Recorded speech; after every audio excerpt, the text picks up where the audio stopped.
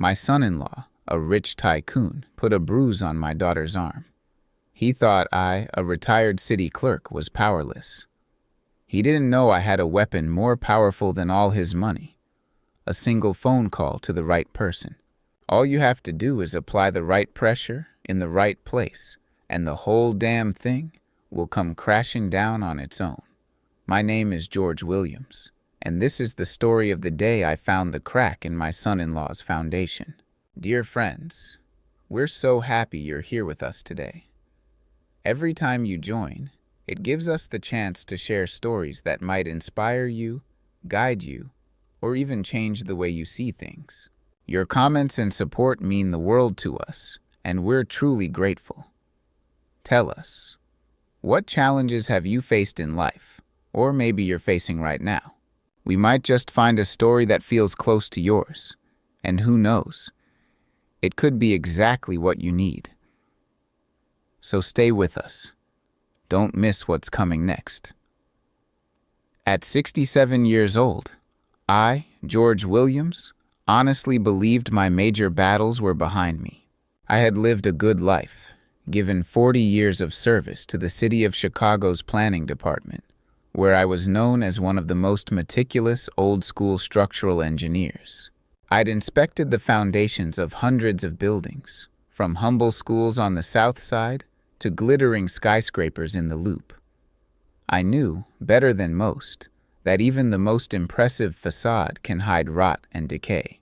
I just never expected to find the most dangerous structural flaw not in a building of concrete and steel, but in the fashionable Lincoln Park apartment of my only daughter, Nicole. Everything changed on a Sunday, just after church service. The autumn air was crisp, and my wife, Ruth, and I decided to visit our Nicole. We hadn't seen her in a couple of weeks, and Ruth had baked her famous lemon pound cake, its sweet scent filling our old Buick. My heart was full of that quiet joy that precedes a simple family afternoon. But the feeling evaporated the moment we stepped over her threshold.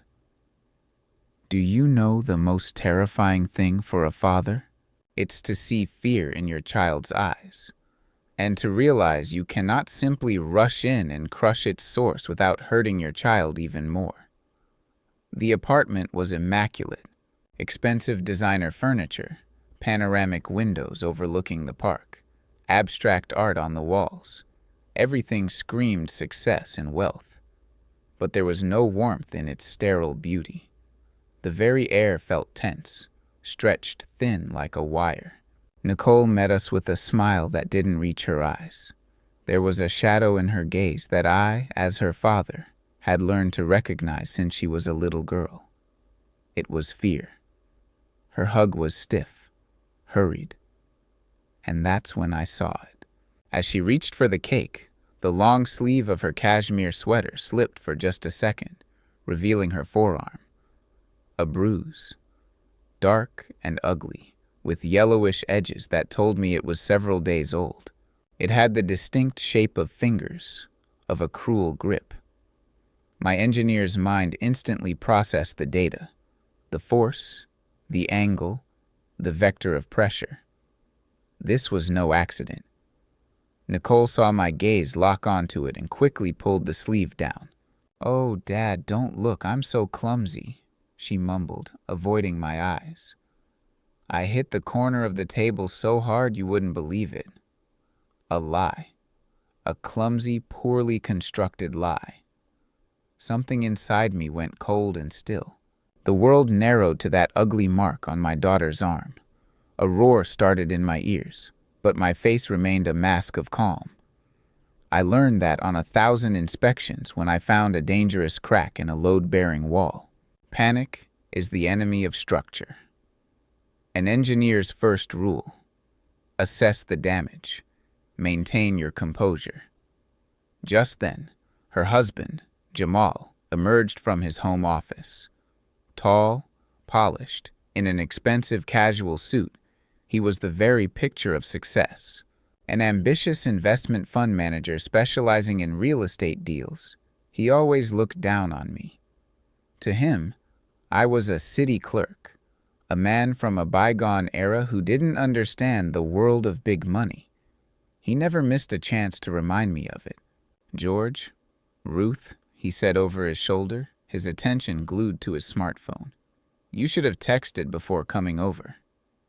I was on a critical call with my Zurich investors. The condescension in his voice was thick enough to cut with a knife. He called me George, not Dad, and the word dripped with dismissive scorn.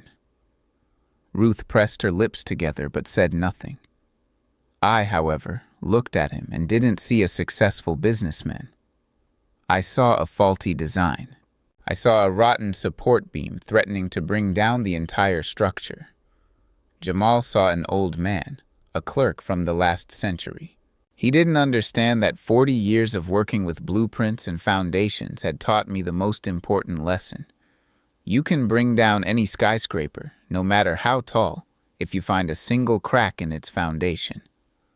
And I was looking at it. I could have walked over and twisted the punk into a pretzel.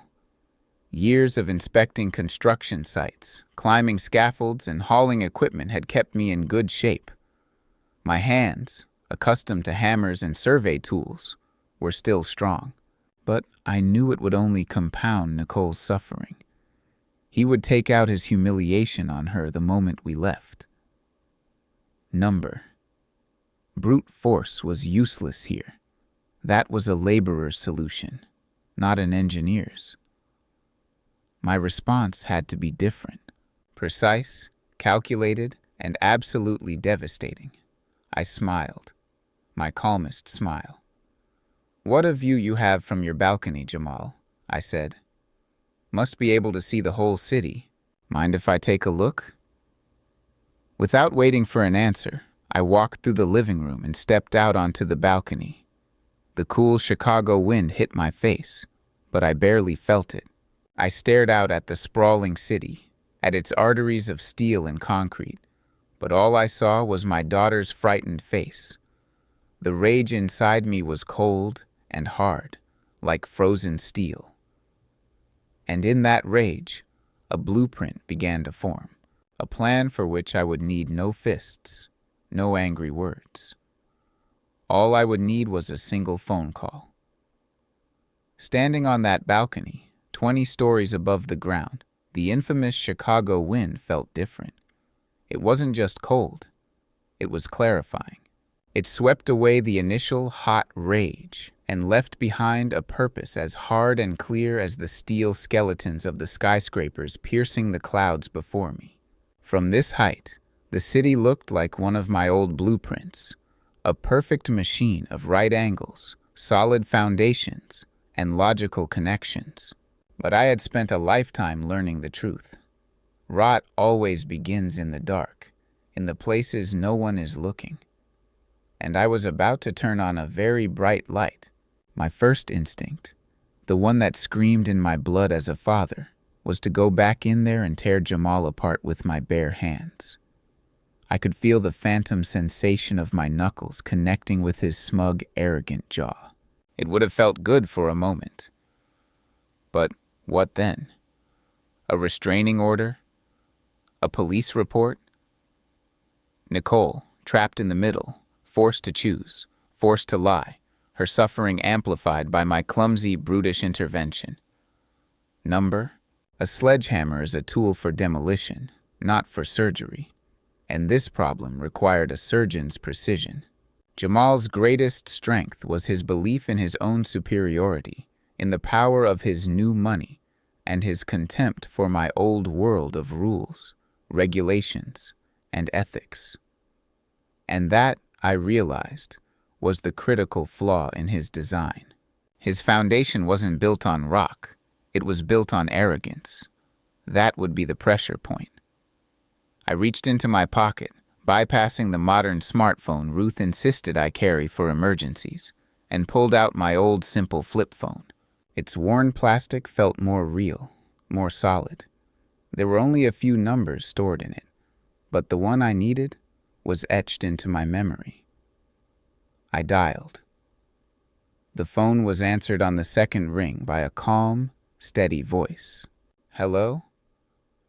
Deacon Evans, it's George Williams. I hope I'm not disturbing you on a Sunday. What is the most dangerous weapon in the world? A gun? A bomb? Number? It's a quiet, patient man with a deep respect for the rules and an absolute genius for finding the people who break them. That was Deacon Isaiah Evans. To most people at our church, Deacon Evans was the quiet, dignified head of the church council, a man who could recite scripture with the same ease he could balance the parish budget. But I knew him from my years at the city. Before he retired to a life of God and gardening, Deacon Evans had been a senior field auditor for the Internal Revenue Service for 35 years. He was a legend. A man who could look at a mountain of financial data and see the single misplaced comma that would unravel a multi-million-dollar fraud. He was an artist, and his medium was the tax code. George. Not at all. Everything all right with you and Ruth? He asked, his voice warm but with an undercurrent of sharp perception. We are well, thank you, Deacon. But I'm calling for a bit of your professional insight, if you'd be so kind. It's a matter that's been weighing on my heart, I said, choosing my words carefully. I'm always here to listen, he replied. It concerns one of these big new redevelopment projects, I said, looking south toward the old, neglected parts of the city. The one they're calling the Phoenix Project, tearing down the old manufacturing district on the south side to build luxury condos. My son-in-law's fund is the lead investor. I let that hang in the air for a moment. I was looking at their public prospectus online, George, and something about the financing structure. It just seems overly complicated for what it is. A lot of holding companies, subsidiaries. It struck me as an inefficient design. I know this is your world. I was wondering, if you had a spare moment, if you'd be willing to just take a look at the public filings, see if it makes sense to an expert's eye like yours. I did not mention a bruise. I did not mention my daughter. I did not mention my suspicions or my anger. I spoke to him in a language he understood, a potential flaw in a structure. I was appealing to his professional pride, his innate sense of order. I was asking an old master to look at a new flashy building and tell me if the foundation was sound. There was a long pause on the other end of the line. I could almost hear the deacon's sharp mind processing my request, understanding everything I wasn't saying. The Phoenix Project, he said, his voice now devoid of its earlier warmth, replaced by a cool, professional focus. Yes, I've read about it. A lot of promises for the community. A lot of tax incentives. He paused again. I will take a look, George, as a favor to a friend. Thank you, Deacon, I said, my voice full of a gratitude he would understand. I'd appreciate that. I didn't ask for a crime to be uncovered. I didn't ask for revenge. I simply asked a good man to look at a set of numbers. But in a world built on arrogant lies, a simple act of expert scrutiny is the most dangerous act of all. I ended the call and slipped the phone back into my pocket. A grim sense of satisfaction settled over me. The first, precise, and hairline crack had just been introduced into Jamal's foundation. I took one last look at the city, then turned and walked back into the apartment, my face once again arranged into the calm, pleasant mask of a loving father-in-law, there for a Sunday visit. Jamal was laughing at something on his phone. He didn't even look up. The rest of our visit was a master class in polite fiction. We sat on a sofa that cost more than my first car and ate Ruth's lemon pound cake off delicate, minimalist plates. I complimented Jamal on his success, the words tasting like ash in my mouth. He soaked it up, lecturing me about market fluctuations and leveraged buyouts, his language a slick, impenetrable jargon designed to impress and exclude. He saw my quiet nods and mistook them for the deference of an old man out of his depth. He had no idea I was performing a structural analysis, noting every weakness, every point of arrogant overconfidence. Have you ever sat in a room so full of unspoken truths that the silence itself feels like it's screaming? That was my daughter's living room. A beautiful, expensive room filled with the ugliest kind of silence. Ruth kept trying to draw Nicole into conversation about the church bake sale, about her cousins, but Nicole's answers were short and distracted. Her eyes kept flitting towards her husband, gauging his mood, anticipating his displeasure. She was a hostage in her own home. After a torturous hour, I announced it was time for us to leave. The relief in my daughter's eyes was the most painful sight of the day. The moment the doors of the elevator closed, sealing us in a small, quiet box, Ruth turned to me, her face a mask of anguish and fury. "George," she whispered, her voice trembling. "Did you see it?" On her arm. "Did you see that bruise?" "I saw it," I said, my voice low and hard. "And the way he speaks to her. To us? Like we're dirt on his custom-made shoes. That boy is a monster. Why didn't you say something? Why didn't you grab him by that $1,000 collar of his and—" Her words trailed off, lost in helpless anger. I took her hand. It was cold. The drive home through the city traffic was silent for a long time. I could feel my wife's stare on the side of my face, feel her confusion and her disappointment in my apparent inaction. My wife saw my silence and mistook it for passivity. She couldn't hear the quiet, powerful gears of the machine I had just set in motion. A machine designed not just to punish, but to systematically dismantle. "It wouldn't have helped, Ruth," I finally said, my eyes fixed on the road ahead. Losing my temper would have been a victory for him. It would prove his point, that I'm just an old dinosaur who solves problems with his fists. He'd have used it against her the second our car was out of sight. "So we do nothing?" she asked, her voice incredulous. "We just let him hurt our baby?" "No," I said. "We do not do nothing." I paused, choosing my words with an engineer's care. "You don't fix a delicate instrument with a sledgehammer, honey. You use the right tool. And I believe I have just put the right tool in the right hands." I glanced at her, offering a reassurance I hoped she could feel. "It's in motion. Now we have to be patient. We have to be her safe harbor, not another storm she has to endure." I told my wife that I had simply pointed out a small crack to another expert. In my old job, a hairline crack in a foundation, if ignored, could bring down a 40-story building over time. And I had a feeling the crack in Jamal's world was much, much deeper than a hairline. When we pulled into the driveway of our small, sturdy brick house in Oak Park, the contrast was jarring. Here, the floors creaked with the weight of happy memories. The furniture was old but comfortable. The air smelled of Ruth's baking and the lemon oil she used on the wood. It was a home built of love and time, not of money and arrogance. This was everything I was fighting for. Later that night, long after Ruth had gone to bed, I sat in my small study. It was my sanctuary, a room of perfect order, with my old drafting tools and engineering textbooks lining the shelves. I looked at the framed photo on my desk. It was of Nicole at her college graduation, her face beaming with hope and unfiltered joy, a life of promise stretching out before her. The bruise on her arm was an insult to the memory of this girl. My face was not angry anymore. It was a mask of grim, patient determination. The phone call had been made. The expert was on the case. The chain reaction had begun. What I didn't know at the time was that I hadn't just lit a candle in a dark room. I had lit the fuse to a bomb.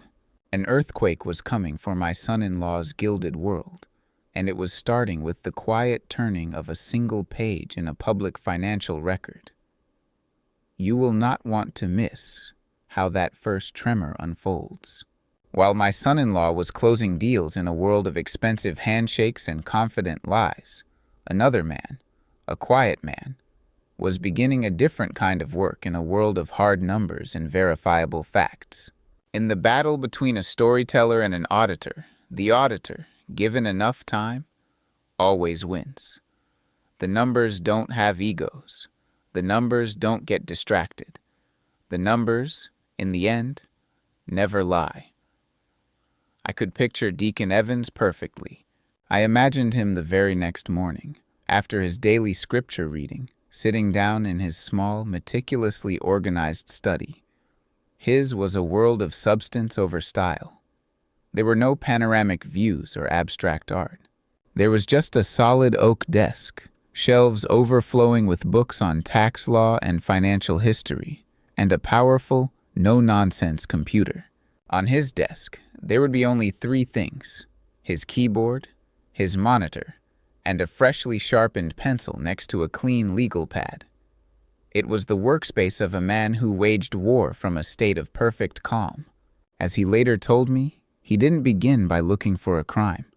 That was not his way.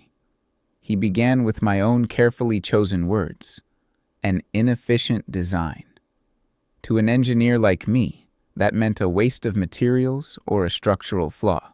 To an auditor like the deacon, it meant an unnecessary complexity, a deliberate attempt to make something simple look complicated. And a complicated structure, he knew, was almost always designed to hide something. Have you ever watched a master craftsman at work? A watchmaker? A surgeon? An auditor like Deacon Evans was no different. He wasn't just looking at data. He was listening to the story the numbers were trying to tell, waiting for the one false note that would betray the entire composition. He started with the public filings of the Phoenix Project, easily accessible through the city's commerce database. He saw what Jamal was so proud of: the big-name investors, the glowing projections, the complex web of LLCs and holding companies. It was designed to look impressive, to overwhelm with its scale and sophistication. But Deacon Evans was not easily impressed. He ignored the projections. Those were stories, not facts. He focused on the capital flow, the money. He wanted to know where it was really coming from. He spent the first hour just mapping the corporate structure, his pencil moving in neat, precise lines on his legal pad, creating a flowchart of ownership. It was, as I had suspected, a labyrinth. The main investment fund, managed by Jamal, was fed by three primary subsidiary funds. Two of those were straightforward, backed by well-known Chicago and New York investment banks. But the third one was different. It was the single largest source of capital for the project, a massive $80 million stake. And it was listed as coming from an entity called Southside Renaissance Holdings, LLC. The name was clever, evocative. It sounded local, community-focused. But when the deacon began to trace its origins, the local connection dissolved.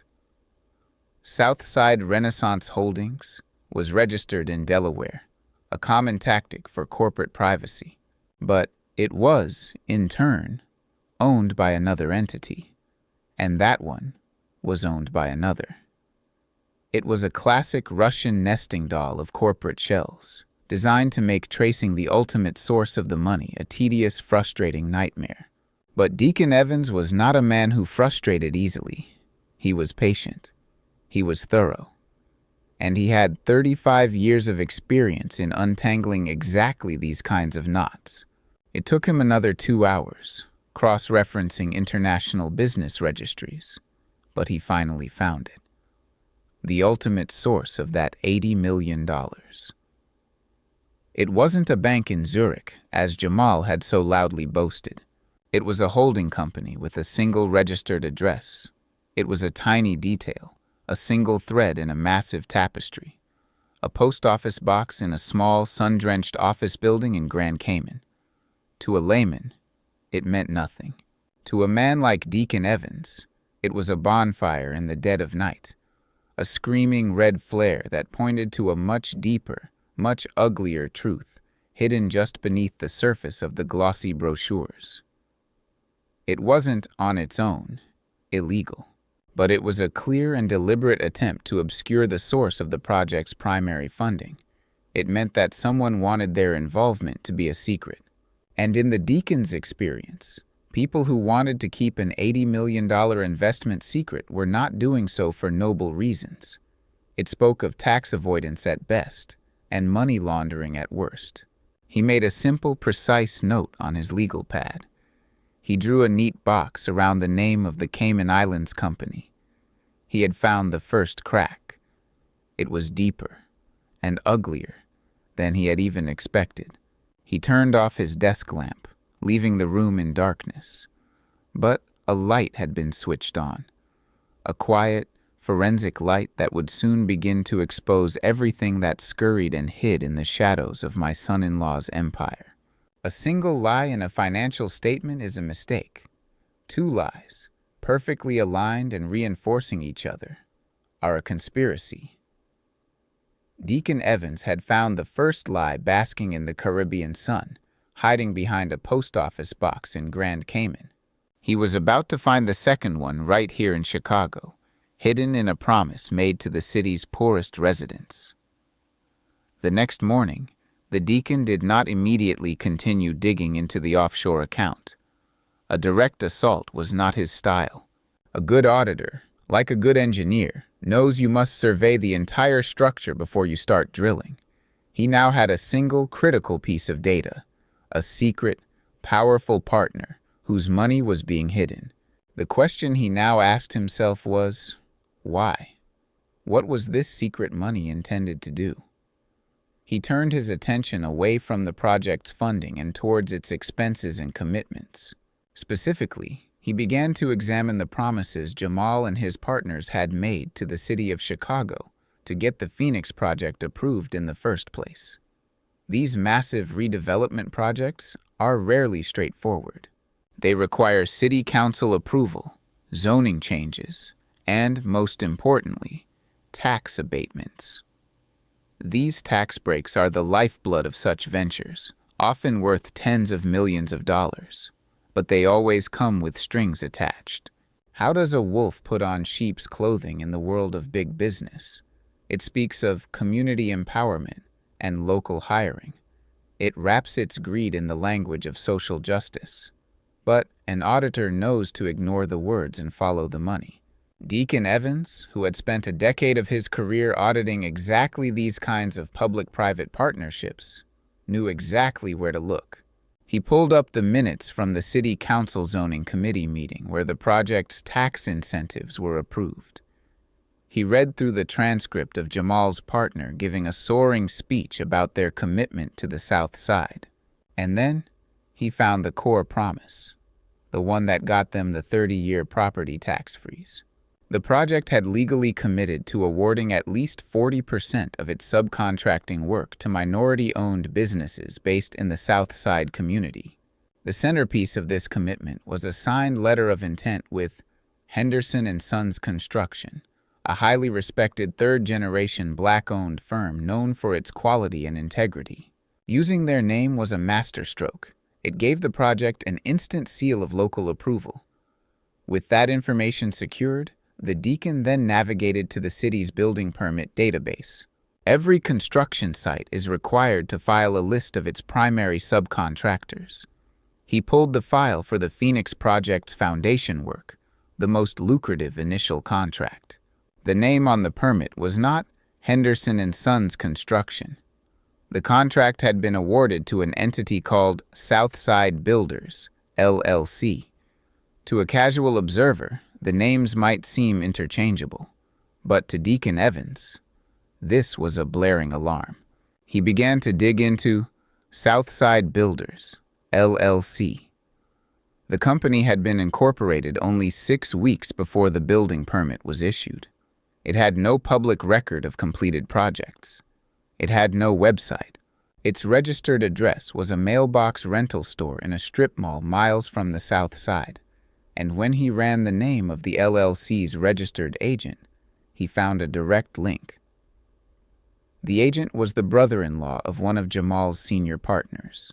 It was a work of art in its own corrupt way, a perfectly legal tax break obtained through a demonstrably fraudulent promise.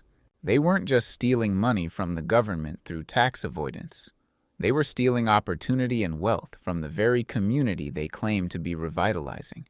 They had used the sterling reputation of Henderson and Sons as a cover, only to funnel the money into a shell company controlled by their own cronies. The deacon leaned back in his chair. He now had two massive verifiable points of data: a secret offshore funding source and a fraudulent fulfillment of their primary tax incentive agreement. He had seen enough. This was no longer a favor for his friend George. This was a direct offense to everything he stood for. This was a predator devouring a community, and he was the only one who had seen the teeth beneath the smile. He picked up his phone. He did not call me. I had asked him to look, not to act. The deacon was a man of the law, and he knew the proper channels.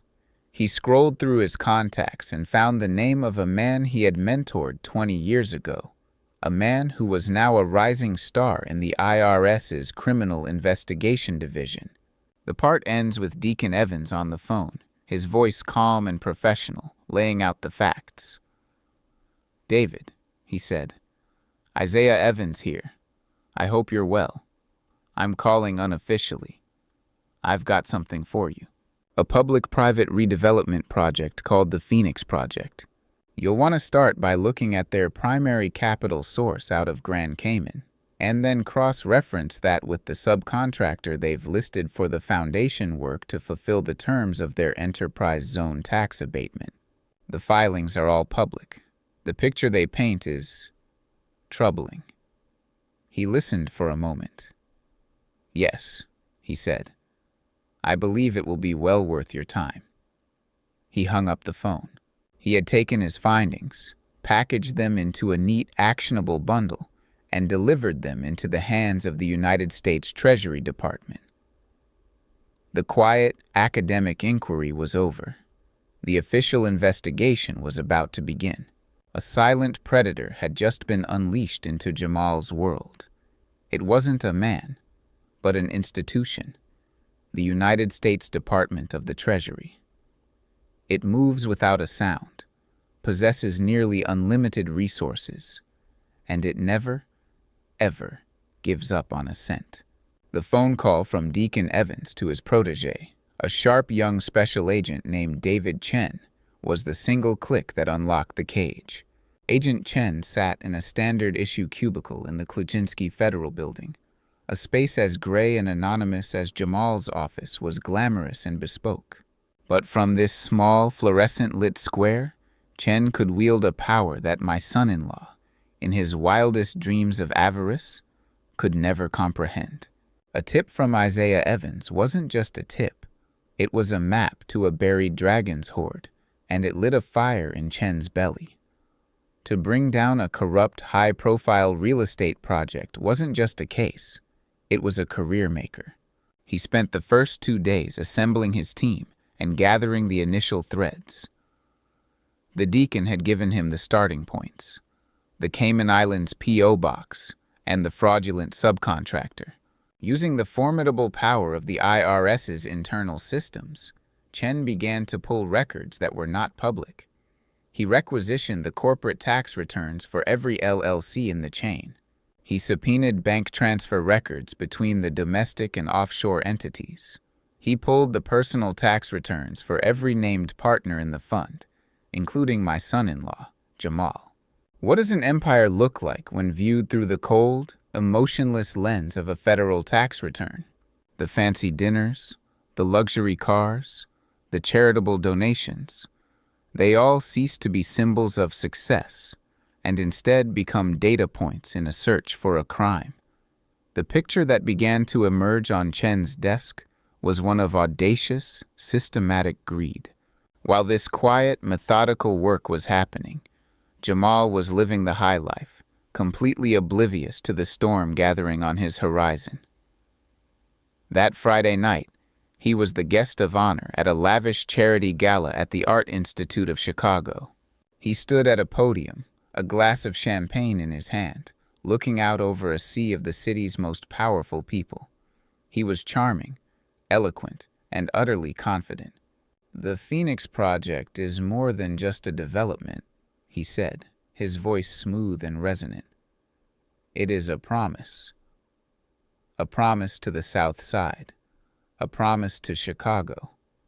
A promise of a brighter, more prosperous future for all."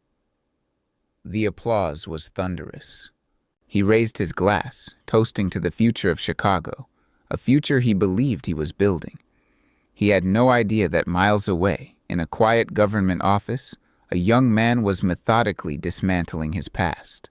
By the following week, Agent Chen had gathered enough evidence to justify making his first official move.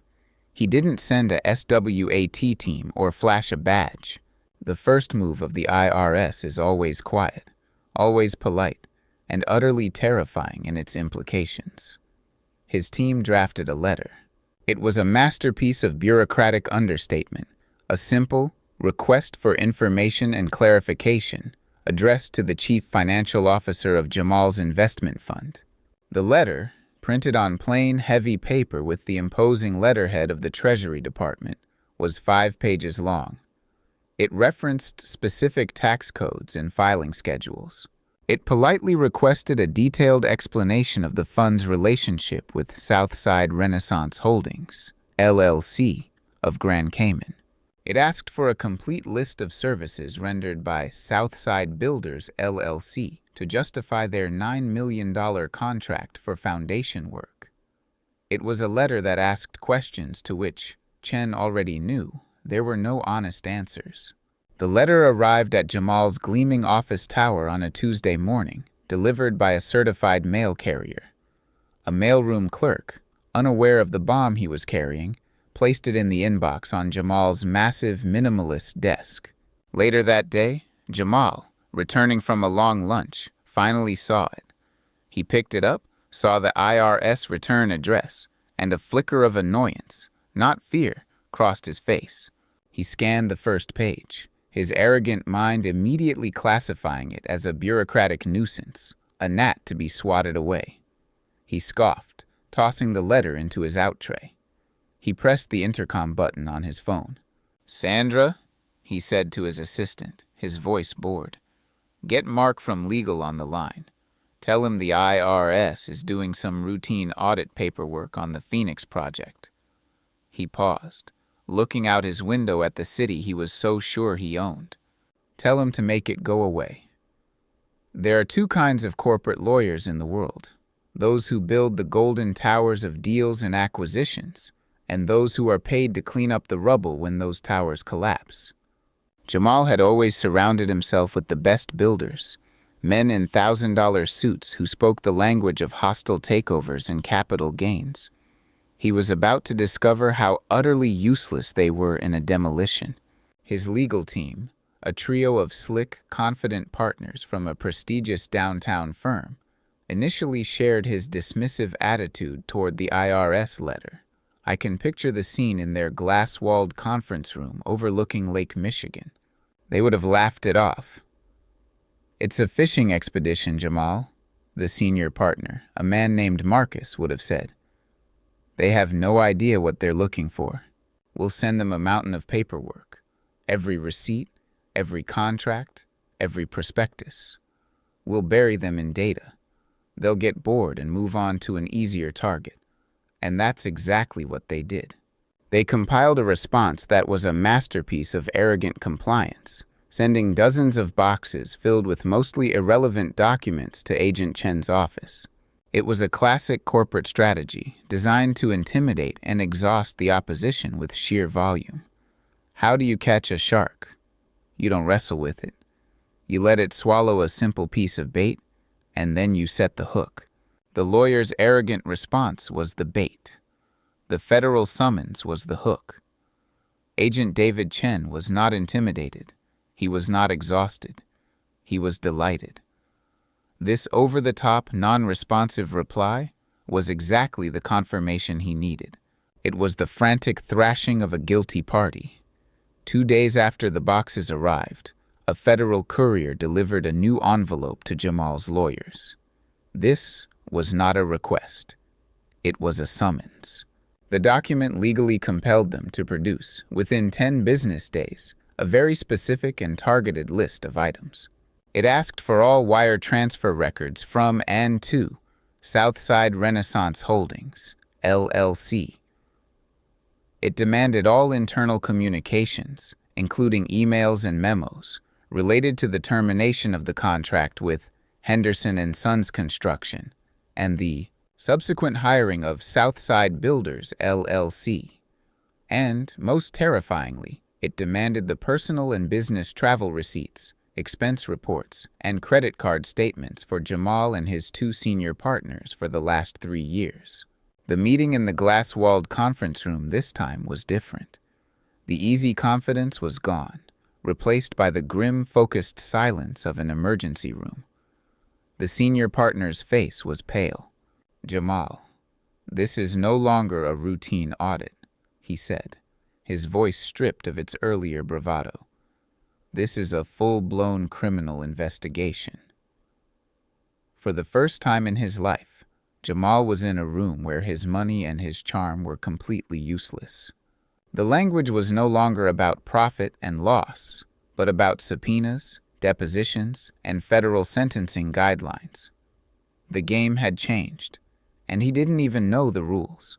"What do you mean, criminal?" Jamal snarled, his voice a low growl of disbelief. "I pay you people millions of dollars a year to prevent this kind of thing." "You cannot prevent the IRS from investigating, Jamal," the lawyer said. "This is not a negotiation. The summons for these documents is a court order. Non-compliance is not an option. It would mean contempt of court charges and obstruction of justice. We have to give them what they want." The pressure that had been slowly building on the outer walls of Jamal's empire had just breached the perimeter. And like any unstable structure, when the pressure on the outside becomes too great, the cracks begin to show on the inside. That night, Jamal brought the pressure home with him. He stormed into the apartment long after dinner, his face a thundercloud. Nicole had saved a plate for him, keeping it warm in the oven. He took one look at it and sneered. "What is this? Do I look like I want dried-out chicken?" "I'm sorry, Jamal. You said you'd be home by 7, Nicole began, her voice soft and timid. "I'm busy," he roared, throwing his briefcase onto the expensive white sofa. "I am trying to hold a multi-$100 million enterprise together. Do you have any idea the kind of pressure I'm under to pay for all of this? This lifestyle? For this apartment? For your clothes?" He was ranting now, pacing the room like a caged animal. He wasn't seeing her. He was just offloading the fear and humiliation from his meeting with the lawyers onto the only person he knew wouldn't fight back. I had been texting Nicole every evening, a simple, "Good night, sweetheart. Your mother and I love you." A quiet, steady reminder that she was not alone, a lifeline in the storm he was creating. As he continued to rage, her phone buzzed softly on the counter. She glanced at it. It was my nightly message. She looked at her husband, this titan of industry, this master of the universe. And for the very first time, she didn't just see a monster. She saw a fraud, a scared, cornered man whose power was an illusion. And in that moment, seeing the crack in his foundation, she felt the first faint tremor of her own strength returning. Fear is a cage. For years, my daughter had lived in a beautiful, expensive cage, afraid of the man who held the key. Her world had shrunk to the size of his moods, her opinions tailored to his expectations. But that night, after he had roared and postured and inadvertently shown her his own terror, she realized something profound.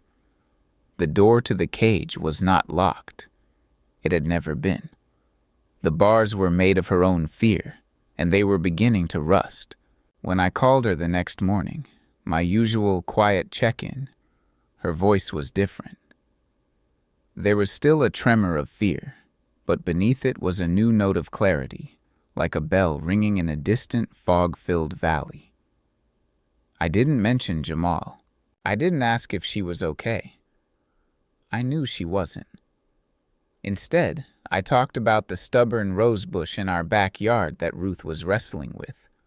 I told her a funny story about a city council meeting from 20 years ago.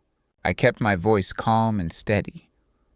I was a lighthouse, a fixed point of unwavering light in the storm I knew was raging in her life.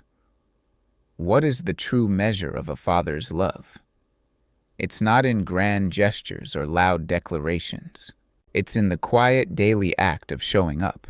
It's a phone call that simply says, "I am here and I am not afraid," which in turn gives your child the permission to be unafraid too. Nicole later told me that these simple daily calls were what saved her. They were a reminder of a world outside her gilded cage, a world where love wasn't a transaction, and a father's strength wasn't measured in the volume of his voice. She started to remember the woman she had been before Jamal, a bright, ambitious young woman who had just been accepted into a master's program for school psychology. She had a passion for helping children navigate their own fears. The irony was suffocating. She had abandoned her dream of healing others because she was too busy trying to survive her own wounds. There is a ghost that haunts every person who has lost themselves in a toxic relationship, the ghost of the person they used to be. And that week, for the first time in years, my daughter started talking to her ghost, and her ghost was telling her to run. The pressure on Jamal, meanwhile, was intensifying. His lawyers had been forced to comply with the summons, turning over a mountain of incriminating data to Agent Chen. The investigation was now moving at a frightening pace. Jamal became a phantom in his own home, spending long nights in his office, his voice a low, angry murmur on the phone. The swagger was gone, replaced by a coiled, paranoid tension.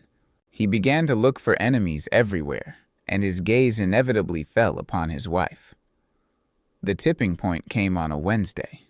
He was getting ready for an evening event, a charity dinner where he was expected to be the smiling, confident tycoon. He couldn't find a specific pair of diamond cufflinks.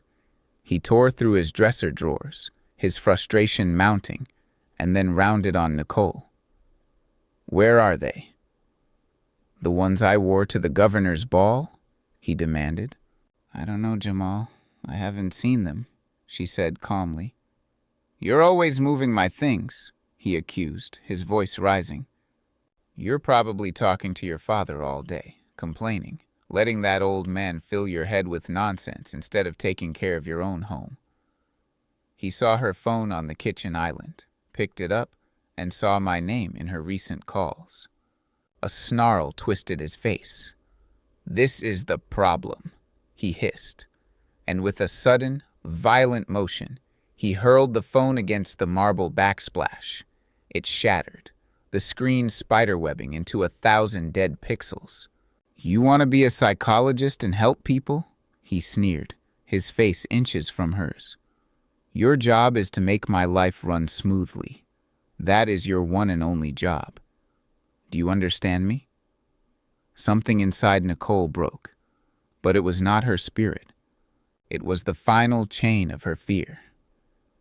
She looked at the shattered phone, a symbol of her isolation, of his control. And then she looked at him, this terrified bully in a tuxedo, and she felt nothing but a cold, clear pity. The next morning, after he had left for another desperate day of trying to hold his crumbling empire together, she took out her laptop.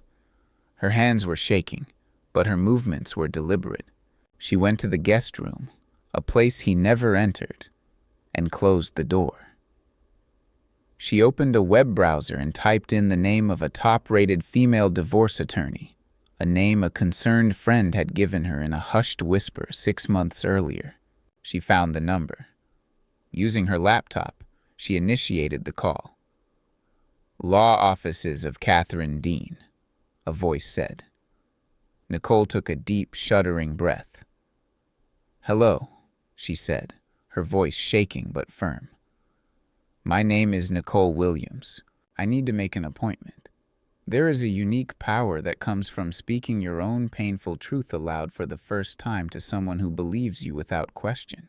In the calm, quiet office of Catherine Dean, a divorce attorney with kind eyes and a spine of steel, my daughter's story, for so long a source of shame and fear, was transformed. It became a testimony. For the first time in years, Nicole was not just a victim in a story. She was the hero of it, and she was finally seizing the pen. Catherine Dean listened to everything: the bruise, the belittling, the financial control, the broken phone, without interruption. When Nicole was finished, the lawyer didn't offer platitudes. She offered a plan. "Nicole," she said, her voice both gentle and firm. "First, I want you to know that you are incredibly brave. Second, you need to understand that your husband's legal troubles with the IRS are not separate from this. They are a massive point of leverage. His assets could be frozen or seized at any moment. This gives us an advantage, but it also means we need to act intelligently and quickly to secure your independence." That afternoon, Nicole's education in the art of quiet rebellion began. Catherine guided her through the first crucial steps. Open a new bank account at a different bank, in your name only. Start moving a small, untraceable amount of cash into it each day. Gather your essential documents: your passport, your birth certificate, your social security card, and make copies. Pack a single small bag with essentials and leave it with a trusted friend. These were not just items on a checklist. They were acts of liberation, each one a quiet severing of the ties that had bound her. That evening, she called me. Her voice was still shaking, but it was the tremor of a new-sprung engine, not the rattle of a cage. "Dad," she said, "I did it. I hired a lawyer. I'm leaving him." What does it sound like when a father's heart fills with a fierce, painful pride? It's not a loud cheer. It's the quiet, steady promise in his voice that says, "I am so proud of you, honey. You are not alone in this for 1 second. Your room is waiting for you. Come home." We made a plan. She would continue to play the part of the dutiful, cowed wife for a few more days, giving her lawyer time to prepare the official filings. Jamal, consumed by his own impending doom, was a vortex of narcissistic panic, barely noticing her presence unless he needed a target for his rage and fear. He was so focused on the war with the IRS, he never imagined he was about to face a second front opening up in his own living room. Jamal thought his two wars were separate. He was about to learn a brutal lesson in legal physics. When two fronts of a war collapse at the same time, it creates a vortex from which there is no escape. The final day came a week after she first called the lawyer. I sat in my car a block away from her apartment building, my heart pounding a steady, heavy rhythm against my ribs. We had timed it perfectly. Jamal had an all-day emergency meeting with his legal team, a last-ditch effort to stave off a federal indictment. Nicole had a 4-hour window. I watched as she walked out of the front door of that soulless glass building, carrying nothing but her purse and a small box of personal mementos. She didn't look back. She got into the waiting car of a friend and they drove away, heading for the temporary safety of the friend's apartment. My role was simple. An hour later, a legal courier, hired by Catherine Dean, arrived. I watched him go into the building. He was delivering a package to the front desk to be held for Jamal. A thick, heavy envelope. That evening, Jamal returned to his perfect, silent apartment. He would have been exhausted, beaten down, terrified by the news from his lawyers. He would have been looking for his wife, the one person he could safely unload his misery upon. But she was not there. The apartment was empty. The silence was not peaceful. It was absolute. On the center of their perfectly made king-sized bed, propped against a pillow, was the thick envelope from the courier. His name was written on the front in a crisp, professional font. Inside, there were no pleas, no angry letters. There were only the cold, hard, legally binding documents, a petition for the dissolution of marriage, a temporary restraining order citing his history of abuse, a legal notice that all future communication must be directed to the law offices of Catherine Dean. He stood there, in the wreckage of his life, holding the official declaration that his downfall was now complete. The enemy he had been fighting downtown had been a visible, formidable foe. He never saw the quiet, determined army of one that had been sleeping beside him, the one that had just walked out his front door and locked it from the outside. He was a man who had built an empire on the powerful illusion of control. In a single evening, standing in the marble silence of his empty apartment, he discovered his business was under federal siege, and his home was no longer his. The divorce papers in his hand were not a plea for negotiation. They were a declaration of independence. All that was left for him was the impotent echo of his own rage in a room full of expensive things that could offer no comfort. He did what any cornered bully would do. He tried to reclaim control. He called Nicole's shattered phone, of course, reaching only a dead, disconnected tone. He then called the new number she had been forced to get, a number he didn't know she had. It rang and rang, unanswered. Catherine Dean had instructed her to block him on all platforms. He called our house in Oak Park next. I saw his name flash on the caller ID and calmly silenced the ringer, placing the phone face down on the table. Ruth and I had already discussed it. There would be no more engagement. The time for talk was over. He was completely, utterly cut off from the world he thought he could command. While Jamal was left to stew in the toxic juices of his own making, the other front of his war was quietly escalating. Agent David Chen and his team had spent the week analyzing the documents Jamal's lawyers had been forced to produce. They were a treasure trove of corruption. The wire transfers to and from the Cayman Islands, when cross-referenced with Jamal's personal travel schedule, painted a clear picture of off-the-books payments and money laundering. The internal emails about the subcontractor switch were even more damning, a blatant written conspiracy to defraud the city for tax benefits. How does a financial titan fall? It's not a sudden, loud crash. It's a series of small, precise cuts. A whisper from a trusted source to the right reporter, an article on page C7 of the business section, and suddenly, the whole world knows your foundation is made of sand. On Friday morning, the first cut was made. A small but devastatingly well-sourced article appeared in the Chicago Tribune's business section under the headline, "Federal Probe into Phoenix Project's Financing Raises Questions."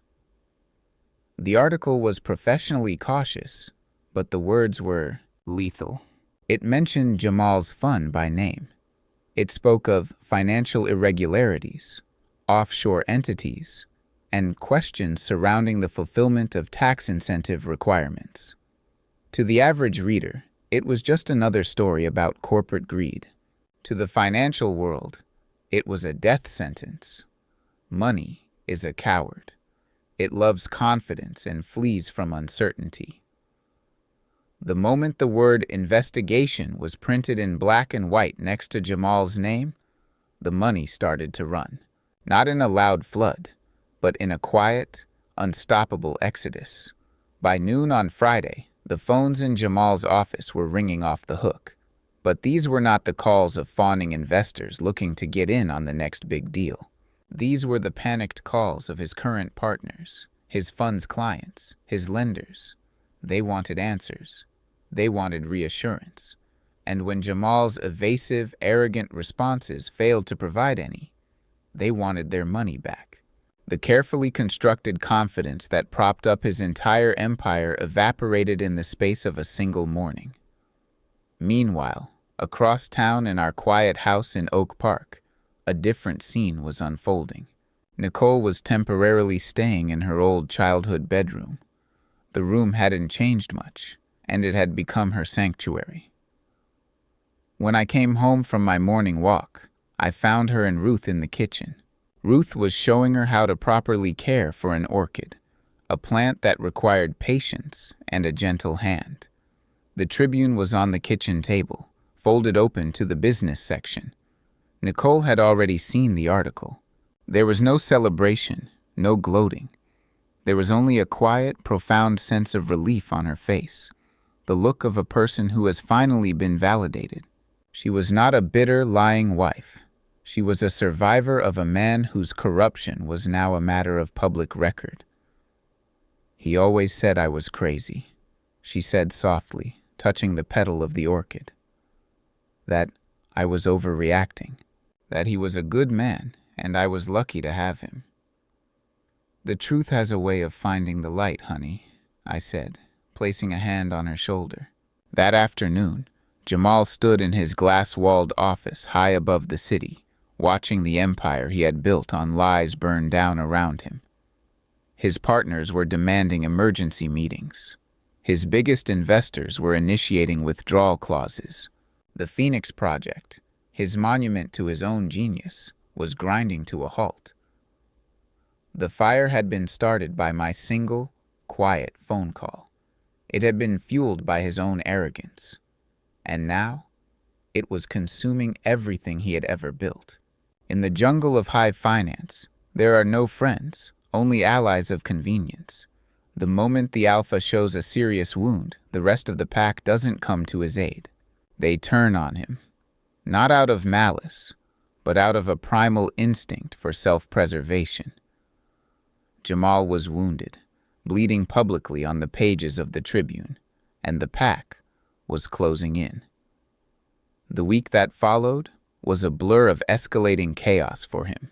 I didn't see it myself, but the story was later pieced together for me from news reports and legal documents. His days were a desperate scramble to stop the bleeding. He was on the phone from dawn until midnight, trying to soothe panicked investors with the same arrogant charm that had once won them over. But the charm was useless now. They didn't want charm. They wanted security. They wanted out. His partners, the same men who had happily profited from the shell companies and fraudulent tax breaks, convened an emergency board meeting without him. Their lawyers had found a clause in the fund's charter, an ethics and liability clause he had probably insisted upon himself to project an image of legitimacy. They invoked it. Citing the federal investigation and the potential damage to the fund's reputation, they voted to suspend him of all duties, effective immediately. They cut off his access to the company accounts and changed the locks on his office. Have you ever been thrown from a throne you built yourself? He had been the king of his own small, corrupt kingdom. Now, the very courtiers who had profited from his reign were the ones leading the coup, offering up their king to the approaching army in the hopes of saving their own skins. He thought losing his investors was the worst that could happen. He still didn't understand the fundamental difference between a business problem and a federal crime. He was about to get a very clear, very loud lesson, delivered by men with badges and blue jackets. On Wednesday morning, as Jamal was in a heated argument with his own lawyers in a conference room 2 floors down, Agent David Chen's team executed a search warrant on the fund's headquarters. There was no warning. At 10 o'clock sharp, 24 federal agents from the IRS Criminal Investigation Division walked into the lobby, their presence sucking all the air out of the room. They were quiet, professional, and absolutely implacable. They cleared the floor, instructing stunned employees to step away from their computers. They presented the warrant and began the methodical process of seizing everything: servers, laptops, desktops, file cabinets, boxes of documents. It was a corporate vivisection, performed in broad daylight. Jamal was summoned from his lawyer's office and forced to stand by, impotent, as the entire architecture of his professional life was dismantled, labeled as evidence, and carted away in sealed boxes. The king was now a spectator at the public sacking of his own castle. I saw it on the midday news. A reporter stood in front of the gleaming skyscraper, with federal agents moving in the background. They mentioned Jamal's name. They spoke of an ongoing investigation into tax and wire fraud. Ruth came and stood beside me, placing a hand on my shoulder. We didn't cheer. There was no joy in watching this man's life implode. There was only a somber, quiet finality, the feeling of watching a condemned, unsafe structure finally being brought down by a controlled demolition. The machine of justice, once it starts turning, is a relentless and terrible thing to behold. The part ends with Jamal leaving his office building for the last time later that day. He had been forced out by his partners. His name was disgraced on the news, and his office had been gutted by the feds. As he walked out of the revolving doors onto the bustling Chicago street, he was no longer a titan of industry. He was a pariah. His phone wasn't ringing with deals anymore. His former allies wouldn't even meet his gaze. He had lost his company. He had lost his reputation. He had lost his wife. He had lost his privacy. All he had left was a mountain of legal bills and the all-consuming, bewildered rage of a man who still, in his heart of hearts, couldn't understand how it had all gone so wrong, how a simple, old-fashioned city clerk could have possibly brought down his entire world. And in that moment of total ruin, his mind fixed on the only target he had left. A man who has lost everything is a dangerous thing. But a man who has lost everything and refuses to believe it was his own fault, that man is a bomb looking for a place to detonate. And my quiet, peaceful home in Oak Park was his destination. After being cast out of his own corporate kingdom, Jamal got into his sleek German sports car, one of the last vestiges of his former life, and just started driving. He was a man unmoored, stripped of his identity. His name, once a key that opened any door in Chicago, was now a liability. His wealth was frozen. His partners had become his accusers, and his wife had vanished. All the mirrors he had used to reflect his own greatness had been shattered. All he had left was the ugly, twisted rage of his own reflection. He drove through the city he once saw as his personal chessboard, his mind a chaotic storm of denial and fury. He couldn't process the complexity of his downfall. The SEC filings, the tax codes, the subpoenas, it was all abstract. In his simplistic, narcissistic world, there had to be a single, identifiable cause. There had to be a villain. And in his mind, that villain was me. The slow, smiling, obsolete old man who had watched him with quiet disapproval from the very beginning. Have you ever noticed how a place built with time and care has a different kind of silence? As he turned onto our street in Oak Park, the change would have been jarring. Here, the silence wasn't the sterile hush of a high-rise apartment, but the quiet of strength, of deep roots, and old trees. Our neighborhood, with its sturdy brick homes and manicured lawns, was a testament to a different kind of success, the kind built over generations, not in a single leveraged buyout. He was an invader in a land whose language he could not speak, and it only fueled his rage. He had come expecting to find the source of his ruin. He had come to confront a puppet master. He could never comprehend that the force that destroyed him wasn't a person, but an idea. The simple, old-fashioned idea that the rules, eventually, apply to everyone. Inside our home, the storm raging within him was a world away. It was a peaceful evening. Ruth was in the kitchen, humming as she put the finishing touches on dinner. Nicole was sitting with me in the living room, reading aloud to us from a book about child psychology. She was finally pursuing her master's degree, her classes starting in the spring. Her voice was calm and confident, the fear that had haunted it for years finally gone. A fragile, beautiful peace had settled over our family. Then, a roar tore through the quiet of the evening. A high-performance engine whining as it accelerated down our quiet street, followed by the squeal of tires as the car screeched to a halt directly in front of our house. We all froze. I looked out the front window and saw the low, aggressive silhouette of Jamal's sports car. "Stay here with your mother," I said to Nicole, my voice calm but firm. I stood up and walked to the front door, my heart a steady, heavy drum in my chest. I was not afraid. I was an engineer who had spent a lifetime inspecting faulty structures, and this was simply the final, inevitable collapse. I stepped out onto my front porch just as he slammed his car door. He stormed across my lawn, his expensive suit now rumpled, his face a mask of contorted fury. His eyes were wild, unhinged. This was not the slick, controlled man from the Lincoln Park apartment. This was the raw, ugly thing that had been hiding beneath the surface all along. He stopped at the bottom of my porch steps, breathing heavily, and pointed a shaking finger at me. "You," he roared, his voice cracking with a rage so profound it bordered on a sob. "You did this to me. You ruined me." The final confrontation had begun. Not in a boardroom, not in a courtroom, but here, on the quiet, sturdy porch of a house that had been built to last. I stood on the solid oak porch I had built with my own hands 30 years ago, and listened to him. He was a demolition expert, his words like wrecking balls, trying to tear down my peace with the sheer force of his rage.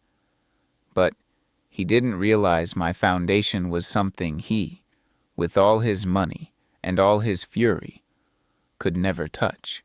"You pulled some strings," he screamed, his voice raw, spittle flying from his lips. "You must have. Called your old cronies at the city, some corrupt inspector you paid off. You set me up." He was desperately searching for a narrative he could understand, a world that operated by the same corrupt rules he lived by. He couldn't conceive of a world where he could be brought down by anything other than a bigger, more powerful shark. I remained silent, my hands resting on the porch railing. My silence was not passive. It was a dam, holding back his flood of rage, letting him exhaust himself against its unyielding strength. Inside the house, I knew Ruth and Nicole were watching, safe behind the glass. This was my ground. When his anger failed to provoke a response, his strategy shifted to desperate bargaining. "I can fix it," he pleaded, taking a step closer, his voice dropping to a conspiratorial rasp. "I can get the money back. It's a misunderstanding." "Just call them off, George. Please. Tell them it was a mistake. Tell them you were wrong.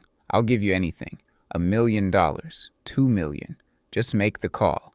Have you ever looked at a powerful man when his power is truly gone? It's a pathetic sight." He was like a magician whose tricks have all been exposed, still frantically waving his hands, hoping for a puff of smoke that would never come. He still believed I held some secret power, that I could call off a federal investigation as if it were a dog. When the bribery failed, all that was left was his true, ugly core. Self-pity. His shoulders slumped. "My life is over," he whimpered, his voice now that of a petulant child. "They've taken everything. My company, my reputation, my wife. All because of you." An old man who couldn't stand to see his daughter married to a winner. He had screamed. He had threatened. And he had begged. He had thrown every weapon in his arsenal at the quiet stillness of my porch. And when he was finally out of ammunition, when all that was left was his own ragged breathing in the cool evening air, I finally spoke. And the truth was quieter and far more devastating than any of his shouts. "I didn't call any cronies, Jamal," I said, my voice low and even, carrying easily in the sudden quiet. "I don't have any cronies. I didn't pull any strings. I didn't use money, because I don't have your kind of money. And I didn't use a single threat." He stared at me, his face a mask of confusion. This was not the confession he had expected. "I used the law," I continued, speaking slowly, as if explaining a complex equation to a child. "I used the public record. I used your own arrogance as my primary tool. You built a skyscraper of lies on a foundation of sand, Jamal. You were so proud of the view from the top that you never bothered to inspect your own work." I took a step forward, to the edge of the porch, looking down at him. "So, I did what any good engineer would do. I found the crack in your foundation, and I simply pointed it out to another expert who knew how to read the blueprints even better than I do." The final glimmer of fight in his eyes died, replaced by a dawning, horrified understanding. "My weapons were integrity, patience, and a meticulous attention to detail," I said, delivering the final assessment. "The very old-fashioned things you always laughed at. You weren't destroyed by a powerful man, Jamal. You were destroyed by a simple, honest truth that was lying in plain sight for anyone who bothered to look." He staggered back, the words hitting him with a physical force. The intricate conspiracy he had imagined, the powerful enemies, the backroom deals, all of it dissolved, replaced by the simple, humiliating fact that he had been beaten not by a shark, but by a city clerk.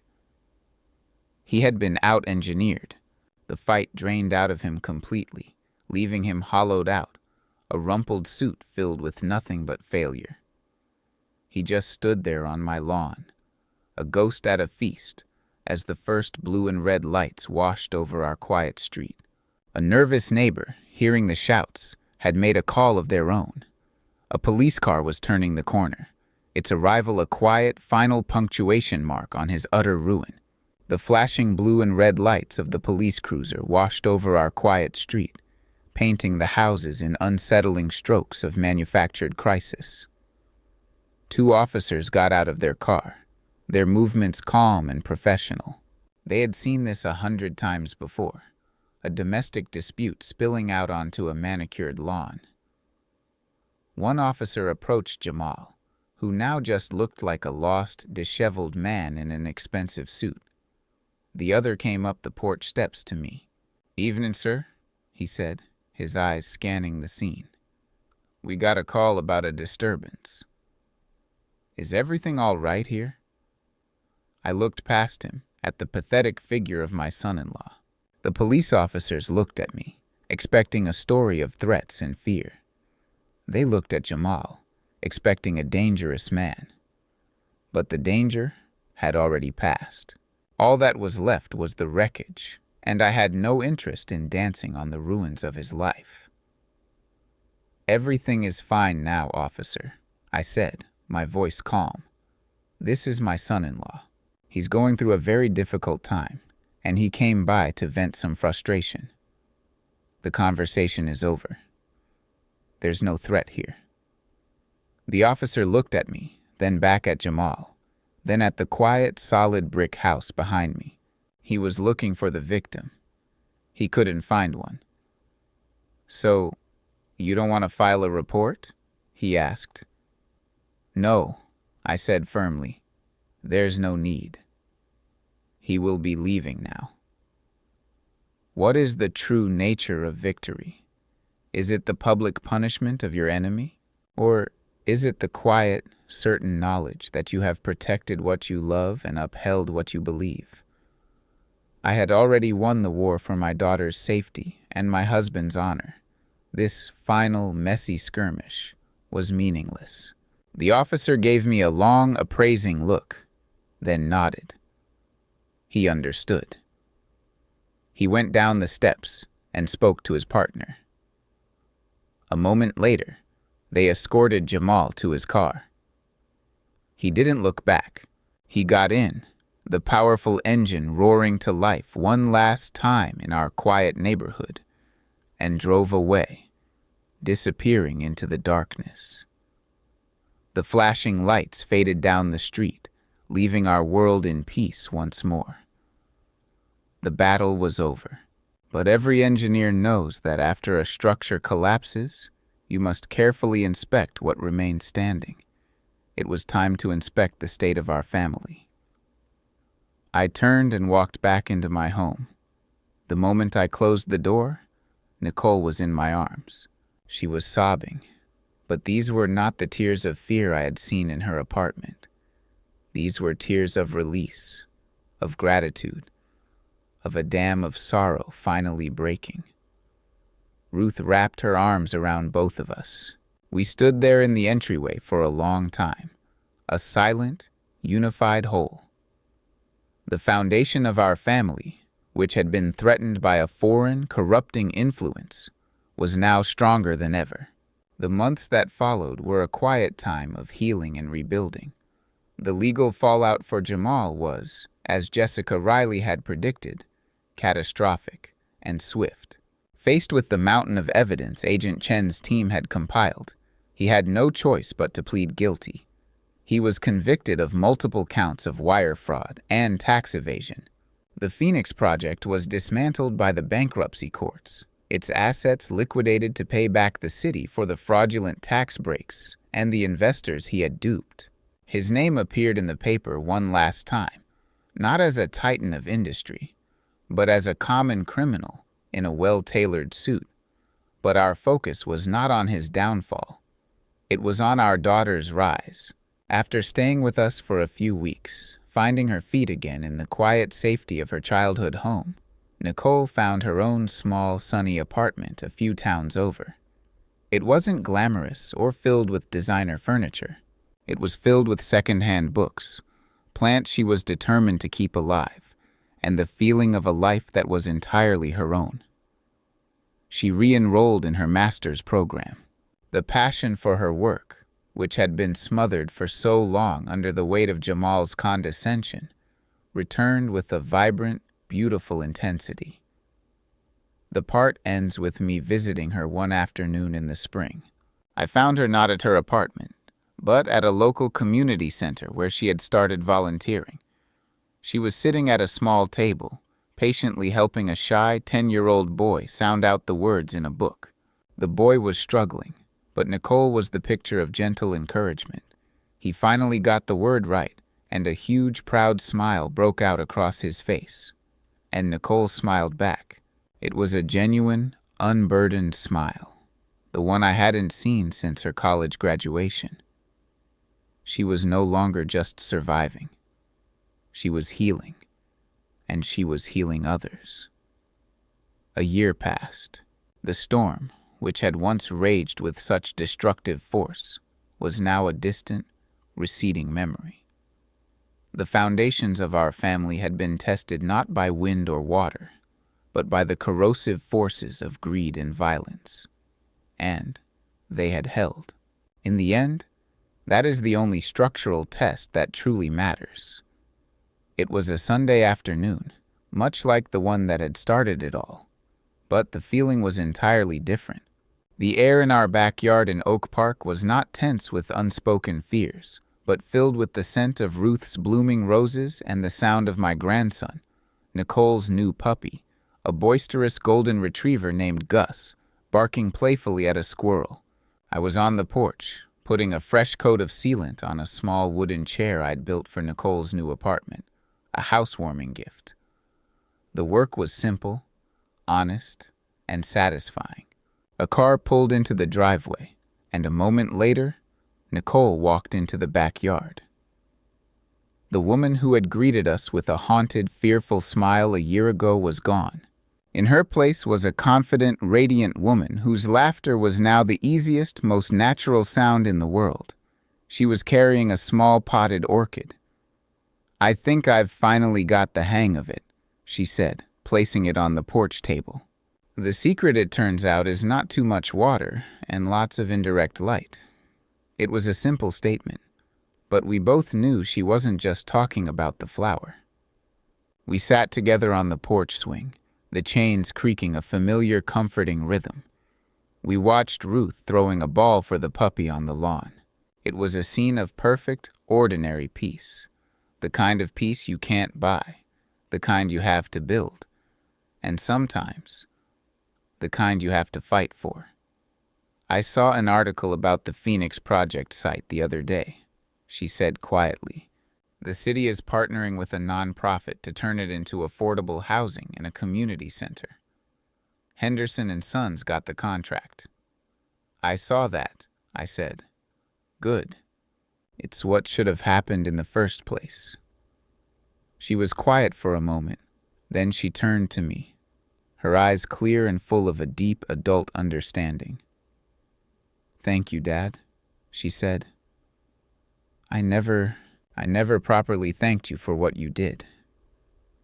"There's nothing to thank me for, honey," I started to say, but she placed a hand on my arm. "No, there is," she insisted. "You could have destroyed him with your hands that day. Part of me wanted you to. But you didn't. You showed me what real strength is. It's not about being the loudest or the most powerful man in the room. It's about being the smartest, the most patient." She smiled, a small, sad smile, the best engineer. What is the true legacy a man leaves behind? It is not the buildings he designs or the money he accumulates. It is the strength he builds in the people he loves. It is the foundation of character he lays for the next generation. I looked at my daughter, this strong, beautiful woman who was now dedicating her life to helping children find their own strength, and my heart swelled with a pride so profound it almost hurt. "I just did what any engineer would do," I told her, my voice a little thick. "I saw a faulty structure that was a danger to the public, and I reported it. The building brought itself down. I looked out at our sturdy, loving home, at my wife, at my child. A father's first job is to build a safe home for his family. I was just finishing the job. He had always been a builder. He built bridges, he inspected foundations, and he constructed a life of quiet integrity. In his greatest test, he didn't need to invent a new weapon. He simply used the tools he had spent a lifetime perfecting: honor, patience, attention to detail, and a father's limitless protective love. And that was a structure that no villain, no matter how rich or how cruel, could ever tear down. We sat together as the sun began to set, casting a warm, golden light over the yard. Ruth came and joined us on the swing. The three of us, the foundation of our world, sat in the peaceful quiet of a battle won and a future reclaimed. The painful memories had not vanished, but they no longer had any power. They were just old blueprints of a condemned building, a life that had been safely and meticulously demolished.